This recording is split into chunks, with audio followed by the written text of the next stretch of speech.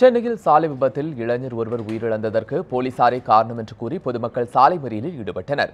சென்னை சாலிகிராமத்தில் இருசக்கர வாகனத்தில் இளைஞர்கள் 3 பேர் சென்று கொண்டிருந்த போது பாதுகாப்பு பணியில் இருந்த போக்குவரத்து காவல் ஆய்வாளர் அவர்களை தடுத்து நிறுத்தியதாக கூறப்படுகிறது. இதனால் கட்டுப்பாட்டை இழந்த வாகனம் சாலையின் தடுப்பில் மோதியதில் பைக்கில் இருந்த இளைஞர்கள் படுகாயமடைந்தனர். அவர்களில் ராயப்பேட்டை அரசு மருத்துவமனையில் அனுமதிக்கப்பட்ட ஒருவர் உயிரிழந்தார். இதனால் ஆத்திரமடைந்த பொதுமக்கள் போலீசாரை கண்டித்து சாலிகிராமம் பகுதியில் மறியலில் ஈடுபட்டனர். அங்கிருந்த காவல்துறையினரின் வாகனத்தையும் அடித்து நொறுக்கியுள்ளனர். நாங்கள் படத்துக்கு போகலான்னு வந்தோம். இந்த அவுச்சி ஸ்கூல்கிட்ட ரைட் எடுத்துகிட்டு திரும்பி வரதுக்குள்ளே போலீஸார நடு ரோட்டில் வந்து நின்று கை போட்டார்.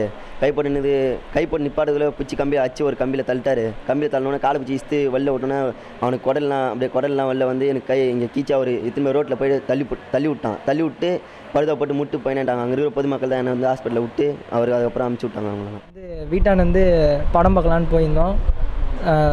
கேகே நகர் திரும்பும் போது வண்டி வந்துட்டு இருக்கும்போது திடீர்னு வந்து போலீஸ் நிற்கவே அவர் வந்து ஓரம் கட்டுறதுக்குள்ளே பின்னாடி அச்சு தள்ளினார்.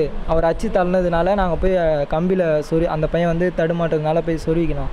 தொழுவது கூட பார்க்காம ஒரு அச்சு ஒரு இழுக்கவே அவனுக்கு அப்படியே குடல் வெளியே வந்துச்சு. நாங்கள் மயக்கம் போட்டு வீணிட்டோம்.